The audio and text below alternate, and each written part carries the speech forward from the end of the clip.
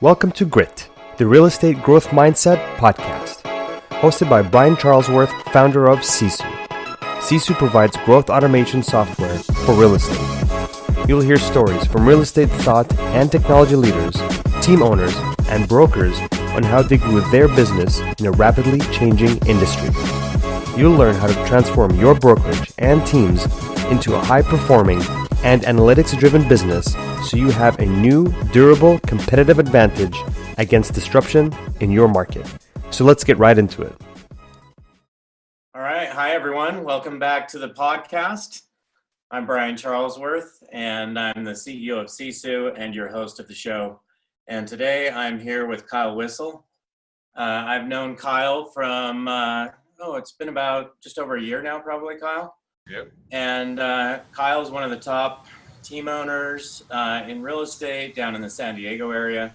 He moved over to EXP a while back, and I know he's actually built a phenomenal business from that as well. So a lot of exciting things to talk about. I'd like to just give Kyle a few minutes to introduce himself and talk about some of his big objectives for 2020.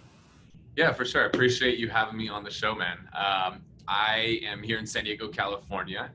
I started in real estate when I was 20, bought my first property while I was in college, made a ton of money in a few months and got completely addicted to the industry.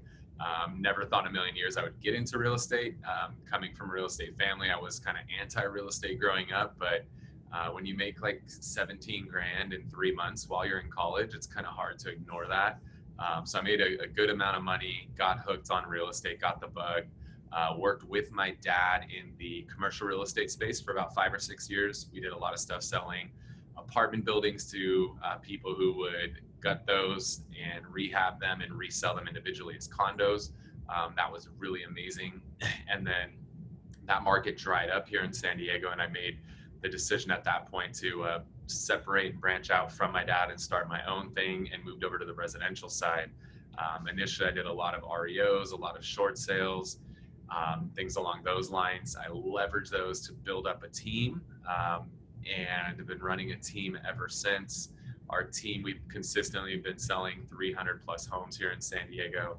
By the time 2019 is over, we should finish somewhere around 350 sales. We're trying to cram as many in as we can before the year's over, and finish just under 200 million this year.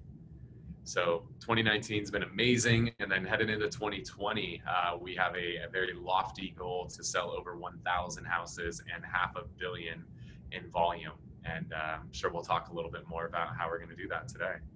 Awesome, Kyle. Congratulations, by the way. I mean, when most people think of selling 350 homes, I don't think they're thinking the 200 million number. I'm usually hearing more like 100 million. So tell us, what's your price point down there, and how do you sell? I think a lot of people have the mindset that if homes are priced at that price point, that I can't sell as many, right? So Sure. Talk to us about that. And what's the market like down there?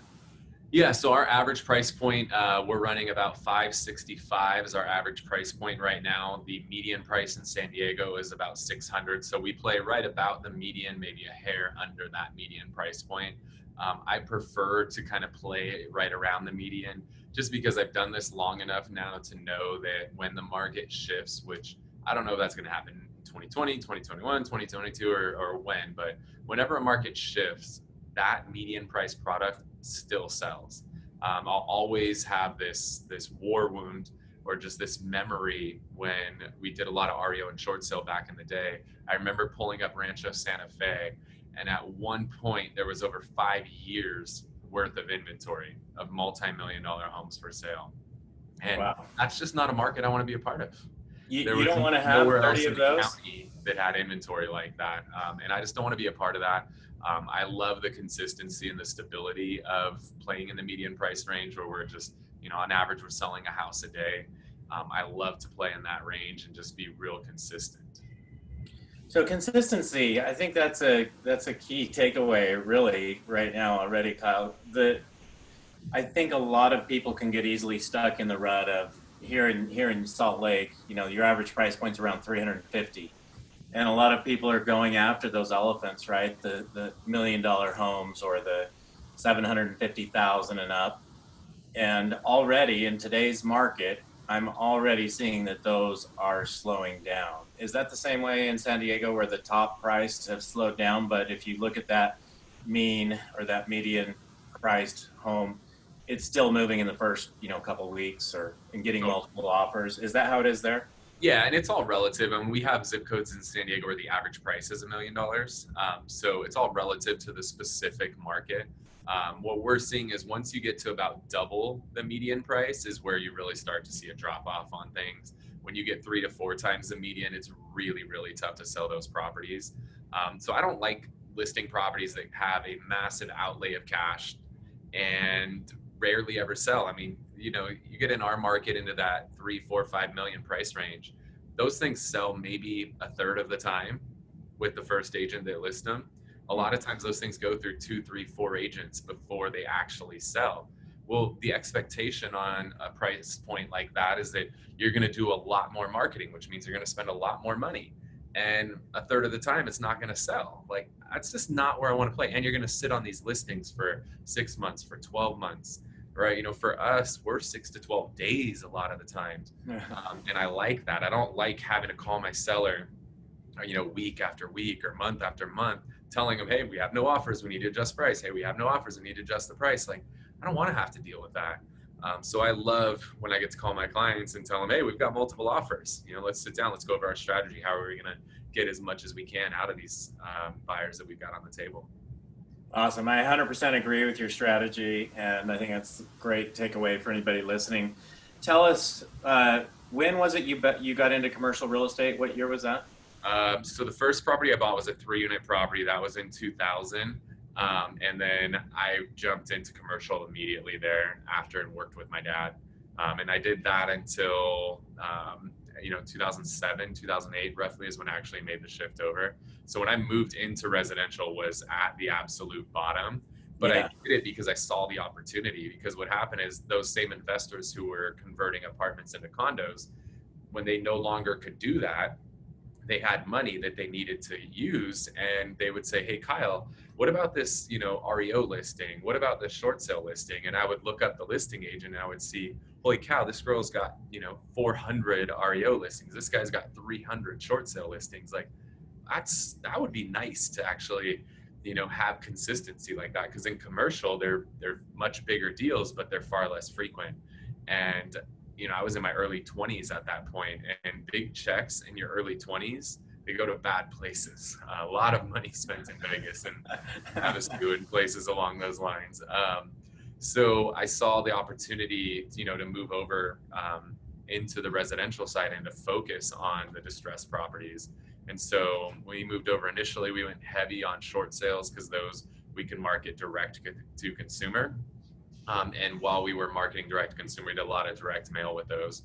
And while we were doing that, I was also working on the relationships with the REO companies or more specifically the asset management companies. And so that took probably 2 years to really break through with those relationships. But those relationships, started to grow like crazy. And we ended up having Fannie Mae direct. We had HUD direct. I mean, we landed a lot of the really big accounts. And so then we were a very balanced company where we had a lot of short sales and a lot of REOs. And then with all those listings, there's obviously a lot of leads that come along with that. And so I was able to leverage those leads to build my team into what it is today, which as we head into 2020 is going to be north of 60 people, including salespeople, admins, Zillow team, all of that. So you build a team in your first 2 years in residential. Yeah, I've never worked a day in my life without an assistant. So if you don't have an assistant, you are the assistant.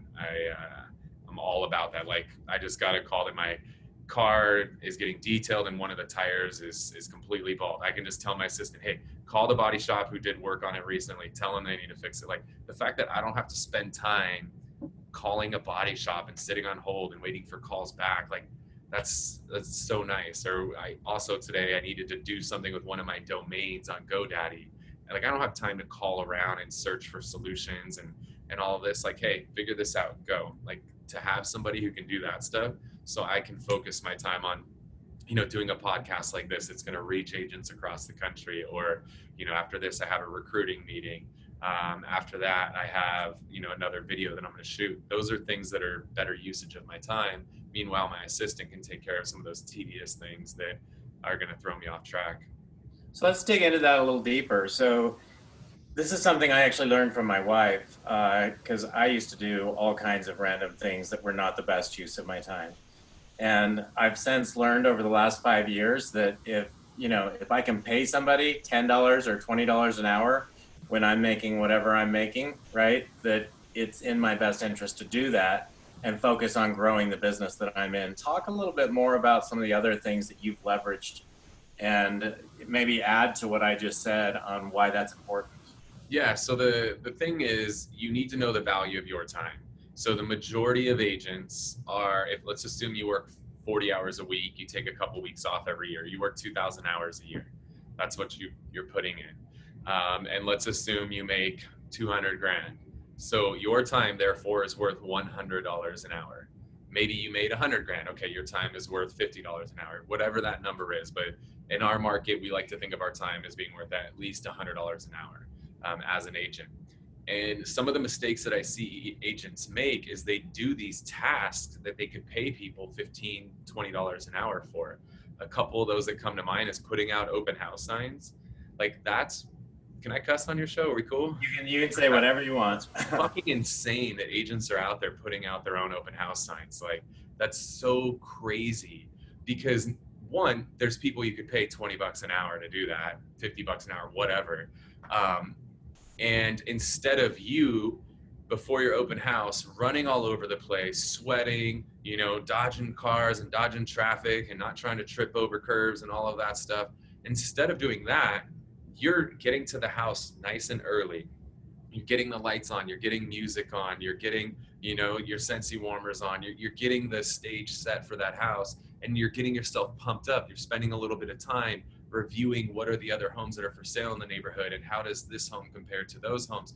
And so now, 15 minutes before the open house starts, the house is completely ready. You're ready, your mind is right. But instead, you're out there, hauling signs for 2 hours before your open house. And then you show up, you're hot, you're sweaty, you're not in the right state of mind. You're all kinds of fucked up, and you have an ineffective open house. And honestly, what ends up happening more so is that the agents only put like 4 or 5 signs out because they don't want to be doing it. So like, whatever, I'll put a couple signs out, fuck it. Like, why only put a couple signs out? If you're going to sit in a house for 2, 3, 4 hours, why are you only going to spend 5 minutes putting 2 signs out? Like, spend money, spend $50, spend $100, whatever it costs to have somebody go and put signs out, put 25 signs out, put 50 signs out, put 100 signs out. Like, open houses are a huge opportunity. If you're going to sit in that house for 2 or 3 hours, you should have as many signs out as you possibly can, because the more signs you have out, one, it's branding you, and two, it's going to lead to more traffic coming to your open house, which creates more opportunities for you. But you're too cheap and too stupid to pay somebody $50, $100 to do your signs for you because you're trying to save money. But in reality, you're costing yourself hundreds, if not thousands of dollars as a result of it. Or another one that I'm real passionate about is, let's say you are promoting your open house. You want to go use the open house as means to connect with people in the neighborhood. So if you're going to go out and door knock the neighborhood, if you're actually going out and physically knocking on doors, man, more power to you. That's hard to do, and that's easily a $500 an hour task if you'll actually go out there and do it. But what I see agents doing all the time is like, I'm going to go door knocking. And what they're really doing is they just walk up to the door, drop a flyer at the door, walk to the next door, drop a flyer at the door, walk to the next door. Like, I pay $15 an hour for that. But what an agent's thinking is like, oh, well, I'm saving myself $15. Let's call it $20. I'm saving myself $20 an hour because I'm going to do it myself. No, if your time's worth 100 and you're paying 20, yes, you are saving 20, but you're costing yourself 100. The net effect is an $80 loss per hour every hour that you're doing that. But agents, a lot of times, they just want to fill their 8-hour day or their 6-hour day or their 10-hour day or whatever it is. They just want to fill it, and they feel fulfilled if they did stuff for those 8 or 10 hours. But if it wasn't $100 an hour activities, what did you really do? Maybe you could have worked, instead of an 8-hour day, you could have outsourced 2 hours of it and you could have gone home and spent more time with your family if you chose to. Or you could have took those 2 hours and spent those on income producing activities and made more money. Your choice. Pick your poison. I choose to get home early because I love spending time with my family. But some people would rather get 2 extra hours of prospecting in, or door knocking, or whatever the case may be. So just be smart. Think about every activity that you do. Is this $100 an hour activity? If not, who can I outsource this to? Sometimes maybe you hire your full-time assistant. That's what I would recommend. You will find things for them to do. But maybe that's not, in your wheelhouse. You can find third-party companies that'll put your signs up for you. You could find companies that'll go drop flyers for you, whatever the case may be.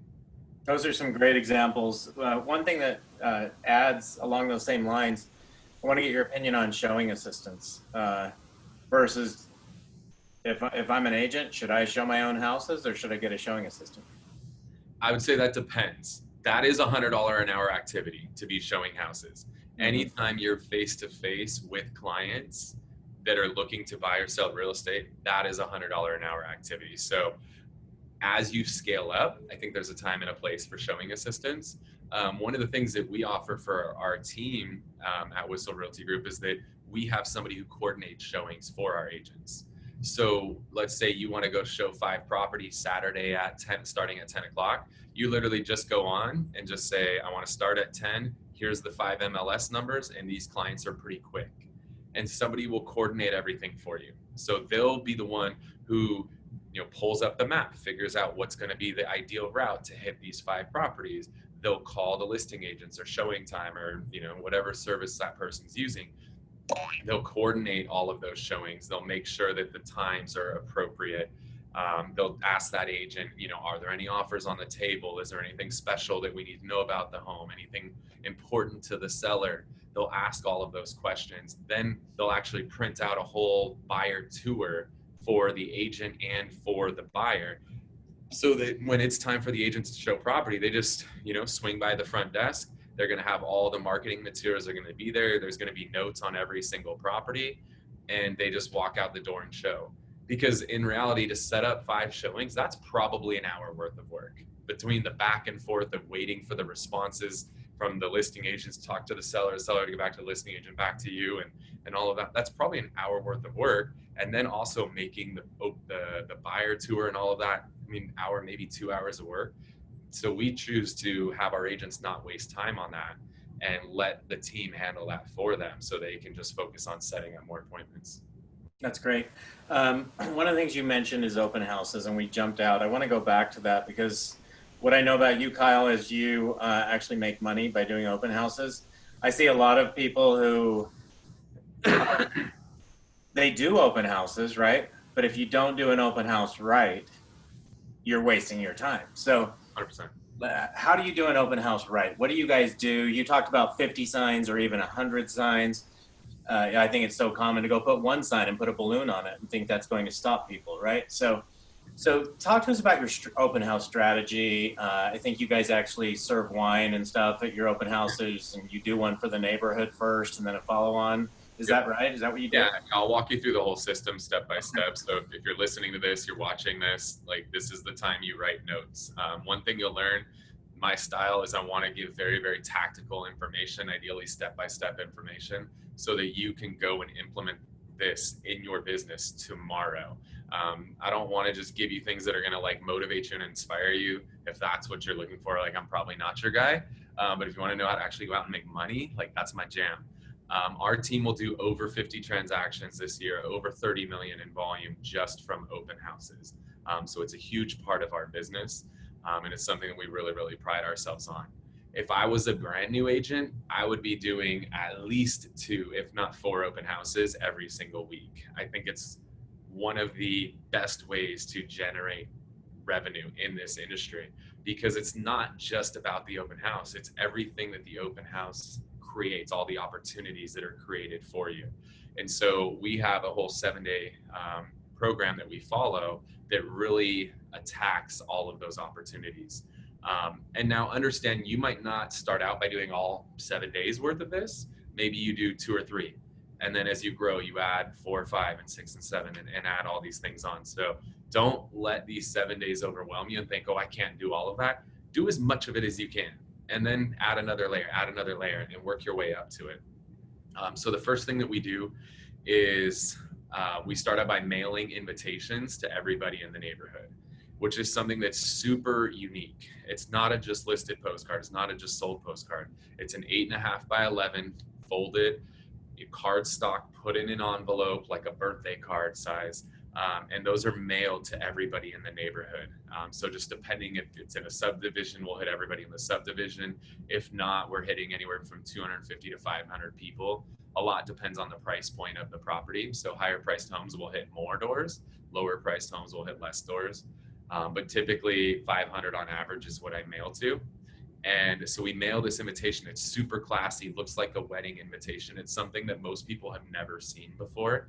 Everybody's gotten postcards from realtors, but how many people have actually got something in an envelope, open it up, and have this formal invitation to come to an open house? Like, it's something that's super unique that most people haven't seen. Well, that's what you need to do to grab attention from sellers that are thinking about doing something. If you do the same thing everybody else does, you're going to get the same results that they get. If you want to get different results, you need to do things differently. And this is a huge differentiator that you can do in your business. If you guys want to see what the invites look like, just add me on Instagram, shoot me a DM, and I will send you that so you guys can see what that looks like. That goes out on Monday. So the thought is that goes out Monday. It should arrive at the mailbox by Wednesday, Thursday at the absolute latest. So that goes out. Tuesday, we start running social media ads. And now I understand there's some rules that are going to change potentially where you maybe can't run these ads until the property's on the MLS. So, stay within compliance and laws and all that stuff. But currently, we start running social media ads on Tuesday. And that is ideally hitting that home plus everything that's surrounding it. There's ways that you can do this right now with Facebook. You have to do a 15-mile radius on Facebook. But there's a service called Cole, C-O-L-E, Cole Realty Resource. You could put a pin on a map, draw a circle a half mile around it. You could pull in all the names and phone numbers and email addresses of everybody who lives in that half-mile radius. And you could then load that up into Facebook and Instagram. You could target it that way. Some people might think that violates their terms of service. So cool, don't do that. I'll give you another solution. What you can How do you spell Cole, Kyle? C-O-L-E. Cole, okay. Yeah. An alternative that is compliant is you can, when you're running a housing ad, it has to be a 15-mile radius. But if you're running an ad about a restaurant, right? We do these restaurant videos. There's no rule that says that has to be a 15-mile radius. That I can actually still put a pin on a map, draw a circle a mile around it, and target everybody with that. So what we'll do is if you have a specific farm, create a video about a restaurant in your farm or the golf course in your farm or something in your farm, and then post that video, put a good amount of money behind it to make sure everybody in the community sees that video. And then what you can do is build a custom audience off of that video of anybody who's watched at least 3 seconds of it. So this is kind of a workaround. If you don't have a custom audience of your farm in Facebook, you do a video, target your farm plus a mile, and put a good amount of money behind that video to make sure everybody sees it. And then you can build a custom audience on the back end of anybody who watched 3 seconds of that video. So it's a little hack of how to now take that list that's your 1 mile list, and now you could run housing ads against that list. So you're not running a radius at all, you're just running it to a specific list. So there's 2 different ways to do that. 1, some people might not like. 2 is totally legal and compliant. So social media ads start on Tuesday. Wednesday is when we go live on the MLS. We're very strategic about when we go live on the MLS because we know that Thursday and Friday are the 2 busiest days of the week for online search traffic. And while the big guys like Zillow, Realtor, Trulia, they syndicate listings within a matter of minutes, a lot of the smaller guys don't. Well, we need to make sure we're on every website by Thursday and Friday. So by going live on Wednesday, by Thursday morning, after all the sites have updated, now we're on every single site and we're 0 to 1 days on market at that point. And most of the sites are ranking you based on days on market. So we want to make sure we're fresh for Thursday and Friday because that's when buyers are actually searching for homes. A lot of people think the weekend is going to be the busiest day, and that is actually the 2 slowest days of the week. So we look at the data of when it is that buyers are searching. It's Monday to Friday, 9 to 5, while they're at work. Yes, that's when buyers search. But in particular, Thursday and Friday are the busiest days because they're looking Thursday and Friday for what they want to go see on Saturday and Sunday. They're not actually looking on Saturday and Sunday. That's all been done in advance. So we go live on Wednesday. That obviously syndicates out to Zillow, to Realtor, to Trulia, all of that stuff.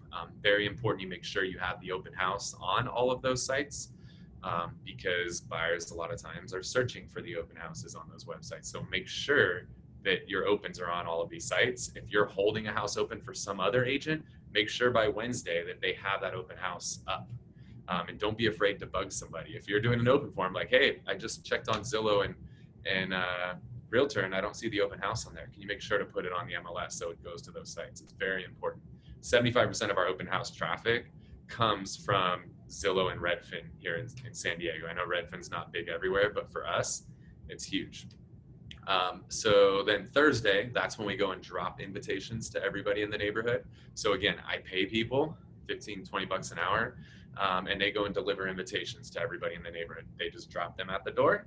Now, depending on where you're at in your business, you either have sweat equity or check equity. You got to determine what that is for you.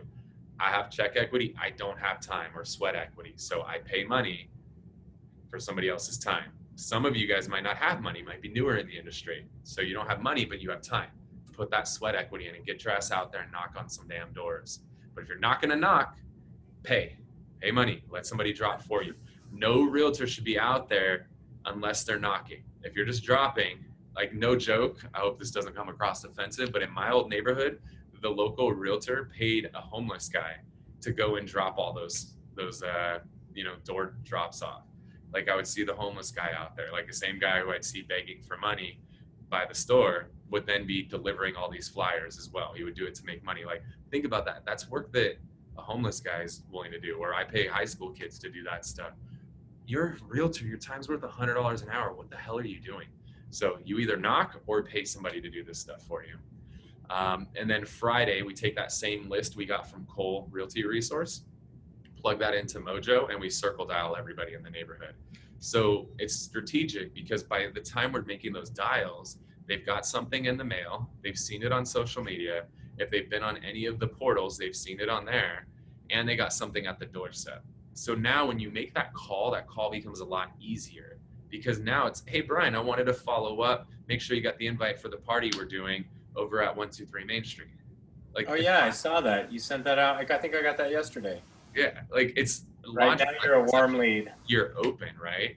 Now, here's the key. If you guys are out there, you're door knocking, you're doing circle dials, the whole point of those is not to get somebody to come to the open house.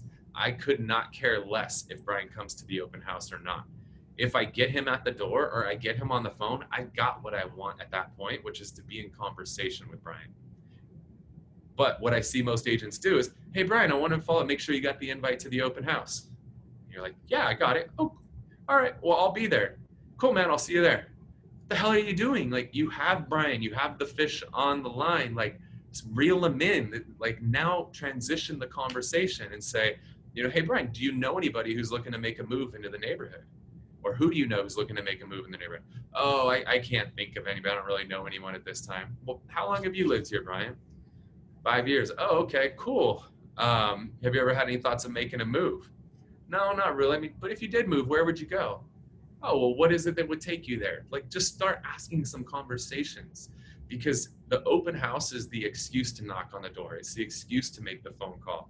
Once you get in conversation, now transition and do your job as a fucking salesperson and sell. Like, that's your job. That's what my license says on it. It says real estate salesperson, sell. This is what you signed on for. You're a salesperson. Like it or not, this is what your job is. In California, your license says salesperson on it, sell. So you door knock Thursday, you call Friday. We typically, depending on the time of year, so right now we're in the fall winter time, it's dark at 5 o'clock here in San Diego. So what we'll do is we'll do a 10 to 12 open house for the neighbors, and then we'll follow it up with a 12 to 2 open house for the public. When we do the neighbor section of it, we typically have food and drinks. So this time of year when we're doing breakfast, we do things like donuts and coffee. We've done crepes and coffee. We've done Mary's donuts and mimosas. We've done like fun things like that for the morning time. If it's nighttime, so when we get into the spring and summer where it's dark till 6, 7, 8 o'clock, we'll do them on the Friday night, and we'll do fun things like wine and cheese, sushi and sake. We've done tacos and margaritas, fun things along those lines. So, but we do like to separate the neighbors out from the public. So in a perfect world, we're doing the neighbors on Friday night, and then we follow up Saturday and do the public open house. When we do the opens, we typically have north of 20 signs. We give all of our agents that join our team 25 signs because we want them to have at least 25 out. When I have my big ones, there's a lot of times I'll have 100 signs out for a single open house, because logically, the more signs you put up, the more people you're going to have show up, and the more you're going to brand yourself in the neighborhood. And honestly, the greatest compliment I can get from somebody is when they show up, like, "Do you think you guys put enough signs out? That's so ridiculous." I say, "Thank you." Because when they go to sell their house, they want that shit too. They don't want the agent with one sign that's falling over. They want the agent who put 100 signs up, because that shows people that you hustle, right? That you do things differently than everybody else. So your signage is part of your calling card, right?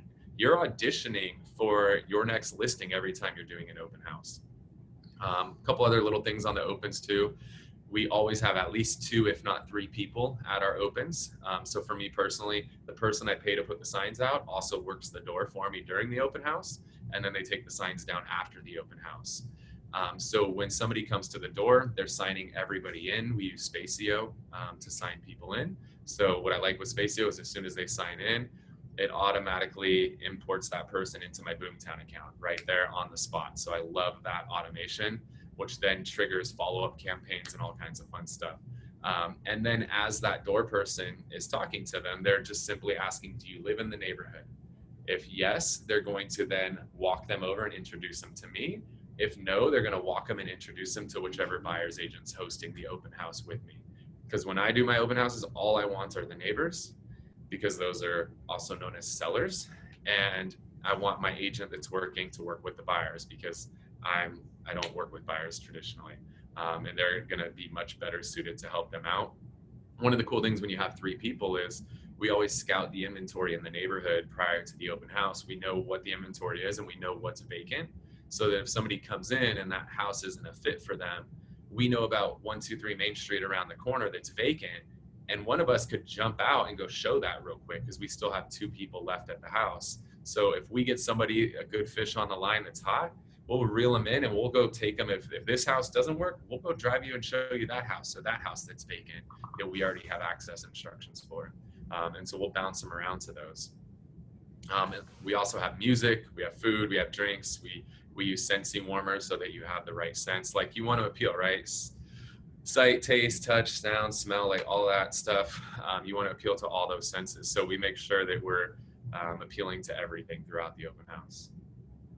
That's great. I mean, that alone, Kyle, is just great advice. Anybody wanting, and like you said, new to the industry, what a great way to have an amazing first year in the business. Just do that one thing, right? How many people typically come through your open houses? In my farm, it's grown over time. So the first time I did one of these big events, I maybe had 10 or 15 people. Now it's consistently 50 to 100. And it's a lot of the same people over and over again. But the thing is, they start to become friends. And what's funny is, like, in my neighborhood, if it's a wine and cheese one, like, the guys now will roll up with like a cooler full of beer. Or if I do one that's like a beer focused one, there's like a group of girls will roll up with like a bottle of wine in hand. Like, it's hilarious how it works. I love it. But it's become like a social thing in the community. People love coming out because they know other neighbors are going to come out, and they all socialize and they talk and they hang out. And a lot of times they'll bring their friend and like, "Oh, this is my friend Billy. He's actually thinking about moving in the neighborhood." Oh, how convenient is that? Because the reason we do the neighbor open house before the public is we want the neighbors to know about the house, and then they're part of our viral army that's going to go tell everybody else about it. So we bring 50 neighbors in. They see this cool house, and then they think in their mind, "Oh, well, Johnny's looking for a house in the neighborhood." Now they tell Johnny, and they're like, "Oh, hey, Johnny, by the way, they're going to have it open tomorrow. You should come by and check it out." it works like clockwork. Okay, thank you for sharing that. A couple other things I wanted to cover, Kyle. One is EXP. Why EXP? Yeah, so I think everybody's story is a little bit different on why they came over. So I'll just share my story really quick. I ran my own independent brokerage in San Diego for the entire time I've been in the business. When I was with my dad, he ran his own independent brokerage. So when I left him, I was like, well, I'll just run my own independent brokerage because that's just what we do. And I mean, we had an amazing run, but what ends up happening when you're a high producing agent, you get a lot of brokerages that are calling you, trying to recruit you to come join them. Well, when you run a high producing brokerage, now you get the big brokerages calling you. And then what they're trying to do is M&A, or mergers and acquisitions. And so we started going down the road with some of the biggest brands in the world that had come and approached us about M&A. And we kind of went through the entire process. I wasn't really planning on selling or anything at that time, but I was like, hey, these guys are reaching out. Let's explore it. Like, let's see what the opportunities are that are out there. So we kind of ran through that process with them. And what I learned is that my brokerage was freaking worthless because the way that they value a brokerage is off of the EBITDA, earnings before interest, taxes, depreciation, assets, all of that. But what they'll typically do is they'll remove the production of the broker owner from the equation. Well, a lot of people, they were running like brokerage / teams, or they call them a teamerage, like I was. What ends up happening is the production of all the agents covers the expenses. And then the broker owner, me in that scenario, was all of the profit. Well, the problem is once you take me out, there is no profit. The thing ran, almost at a break even. Well, when they value these things, they take that EBITDA and they apply some multiplier to them, 2, 3, 4, 5, 6%, somewhere in that range typically. Well, you could multiply 0 by 1,000,000, still 0. So the brokerage I built that I thought was worth millions and millions of dollars was in fact not. And so what happened as I went through that journey is that I started to get very keen on the idea of getting rid of all the responsibility of being the broker, because these guys sold me so much on how nice it would be to let them take that weight off my shoulders. And I totally bought into that. I just didn't buy into giving my brokerage away. So at that point I was hooked on getting rid of the responsibility and the liability. So I was like, okay, well, it doesn't make sense to sell. Maybe we should just go join a brokerage. And so I looked at all the brokerages out there, and my entire career, the whole reason I never joined a brokerage, I never saw alignment with what I'm paying versus what I'm getting.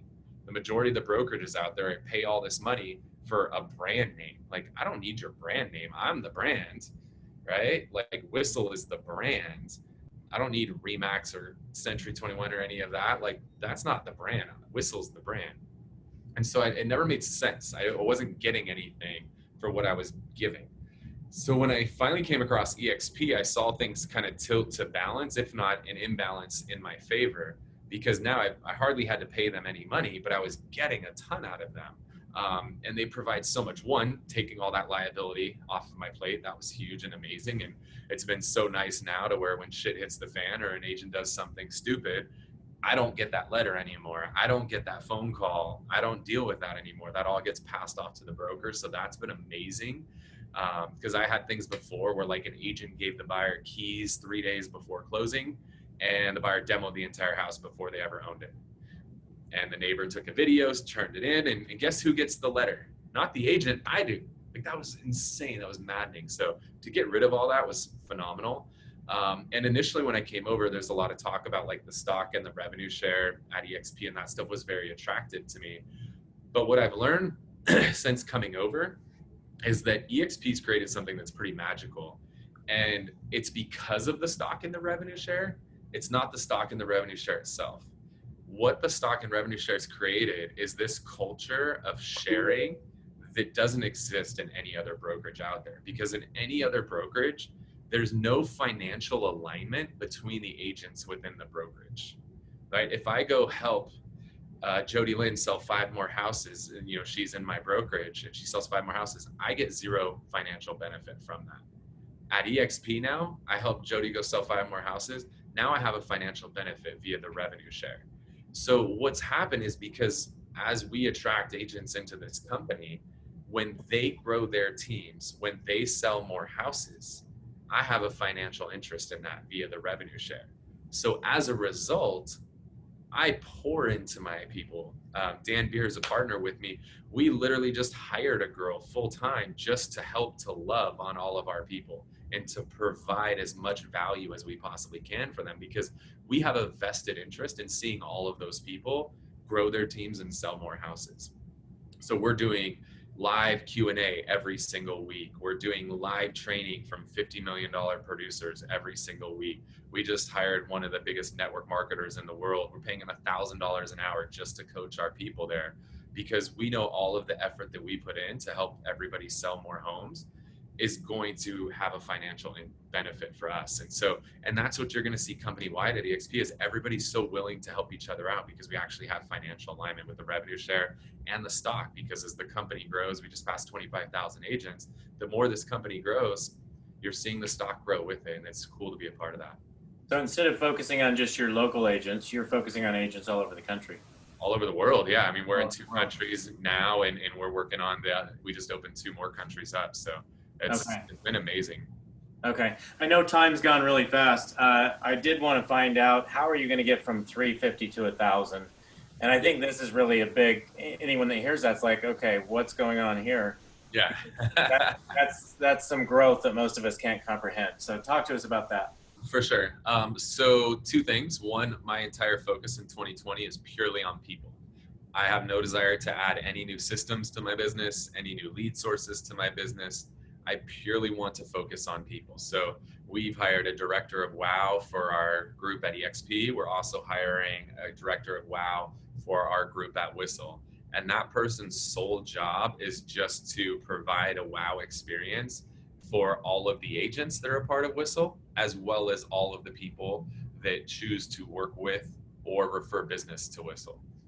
And so they're looking for trigger events in people's lives, birthdays, anniversaries, weddings, children, stuff like that, just to show them love, to wow them. And with Whissel, right? They just had a kid, let's send them a nice little gift, basket and some cool things that'll help them out. It's their first kid. Or, somebody's a brand new client that's working with us. Let's give them a nice little swag bag with some, things like a little game board that's going to help them walk through the process of buying a home, of selling a home. Like, let's just do all kinds of amazing little things for our clients, for our agents, to really ensure they have a wow experience. So that's a huge, huge focus. John Cheplack talks about this, and John, I think you stole this from Howard Schultz. I've learned from Starbucks, but we're not a real estate company. We're a people company. If we take care of our people will take care of the real estate.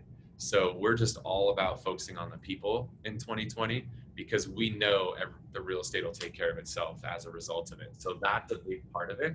And I would encourage all of you guys to really think about the experience you're providing to everybody who comes in contact with you. And is that a wow experience? And if you guys want to learn more about that, John Glutch, who's out in Scottsdale, Arizona, is a guy I've learned this from. He's amazing. So super stoked to learn from him. And the most of the stuff I do, I learn from other people, and then I just take it and run with it. The second thing is that we had the honor of being Zillow's broker partner for the Zillow Offers program in San Diego. So Zillow is now providing a solution to homeowners that don't want to deal with the traditional sale routes. They don't want to deal with the repairs, the showings, the negotiations, the waiting for offers, the open houses. A lot of people don't want to deal with that. So Zillow's buying homes directly from homeowners now, and we're partnered up to help them implement that program. So our goal is to see our existing sales team grow from just over 300 transactions to 600 transactions next year. And then for our Zillow team to help fit the rest of that bill to help us get over 1,000. And there's a stretch goal to hit 2,000 before the year's over next year. And so we're really focusing on the people and just making sure all of the systems we have in place are dialed in and not constantly trying to add more shit. Because the more you add, a lot of times you just cause more work and more stress and more headaches. So less is more for us in 2020. Exciting. Congratulations on landing that. Thank you. One of the things you talk about, Kyle, is, you talk about all these things you've learned. What is the best way? Is there a book that you've read you think everybody needs to read, or what advice you have? What's the best way for somebody, even a top team owner today, to learn things, to really take their business, their life, and their wealth to the next level? It's honestly, it's surround yourself with people that are smarter than you and or are where you want to go. So I'm going to an event next month to put myself in a room with guys like Chris Lindahl out of Minnesota, guys like Gary Ashton out of Nashville, guys like Justin Haver out of Calgary, guys that are doing 2,000 plus deals. If I want to do 2,000 plus deals, I need to get in rooms with guys like that and girls like that, because they've been there, they've done that. I'm going to go and surround myself with those people, because being around those people and learning what they're doing in their businesses is what's going to get me there. The key is I don't just go to the room though. Like, just because I'm around them doesn't mean I'm going to sell 2,000. I'm going to sit there and I'm going to feverishly write notes and learn as much as I can and ask questions of these people, and do everything I can to learn everything about how they've done it. And then as soon as I get back, I'm going to implement like a motherfucker, because implementation's the key. Gary Vee has a quote, ideas are shit, implementation is the game. Like, I'm going to implement like crazy. And I think that honestly is what separates the average agent from the agents that are doing hundreds of deals a year, is they actually implement this shit, right? You could go and you could read all these books and go to these conferences and watch these podcasts and webinars and stuff. But if you don't execute on the ideas, there's no point. It's all about execution. So instead of going to next year, I usually go to like 2 events a month. I'm cutting that down to 1 event a month, because I don't need all of that education. I just need to be more focused. So instead of, going to a 2-day event and then flying out as soon as the event's over, staying 1 more day, but then making sure that 1 extra day is focused on recapping everything I learned the 2 days before and putting my implementation plan in place. So now adding an extra day to every trip I go on, just so I can focus on the implementation part of it. I love it. So if I'm running a team, let's just say here in Salt Lake, how do I find out about these events, right? I mean, thankfully I've been fortunate enough to be around people like you that have introduced me into all the names you just mentioned. Yeah. And I've been able to do that. But if I'm a team owner, how do I get in front of these types of individuals? For sure. Well, the 3 that I'm probably the most stoked on right now, one, my group at EXP, because we have tons of amazing people like Jay Kinder and Michael Reese are part of my group. Like, I love to learn from those guys, right? Jay's been on like 3,000 listing appointments in his career. Like, that's a guy I want to be in a room with. So, hopefully you have groups like that at the brokerage that you're at. If not, maybe you explore other options. I love John Cheplack. His coaching, especially for team leaders, is totally amazing right now. Tom Ferry's amazing. I personally coach with Tom. He has a program specifically geared towards team leaders. So he's awesome. And then there's a group that Spring and I are part of that Frank Klesitz puts on called Mastermind Club. And those events have been really killer. So there's 3 ideas, Cheplack, Ferry, and Mastermind Club. Those have been 3, groups that I'm going to be focused on a lot in 2020. Awesome. Thank you for sharing that. Just last thing, how do people get a hold of you, Kyle? I'm sure there's going to be a lot of people wanting to learn more about some of these things. Yeah, 2 things. One, go to thewhisselway.com, and you can subscribe to our podcast on iTunes and YouTube, and you can see all the content that we're creating. You can also join our Facebook group through there. So if you go to the Whissel Way, you can join our Facebook group, and that's where you can ask us questions and learn all the things that we're working on in our business. Anytime we're implementing something new, we always share it there first. So I'd love for you to join us there. And then if you want to just directly message me, don't add me on Facebook. I can't add anybody else. And if you message me, it goes somewhere that I forget about and can never find. So follow me on Instagram at Kyle Whissel and shoot me a DM on there. That's the best way to get a hold of me. And like I mentioned earlier, if you want to see the invitation that we use for the open houses, just DM me on Instagram and I'll shoot that over to you. So thewhisselway.com or at Kyle Whissel on Insta. Okay, Kyle, thanks so much. We appreciate your time. I know we've gone a little longer than we normally do, but it's been great. Thank you so much. All right, cool, man. All right, we'll see you. So there you have it. Thank you for joining us on our podcast.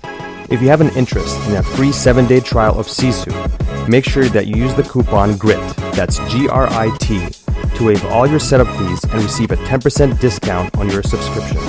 If you enjoyed listening to this podcast and want to subscribe, search GRIT, the Real Estate Growth Mindset Podcast, on iTunes. And with that, we'll catch you next time. Take care.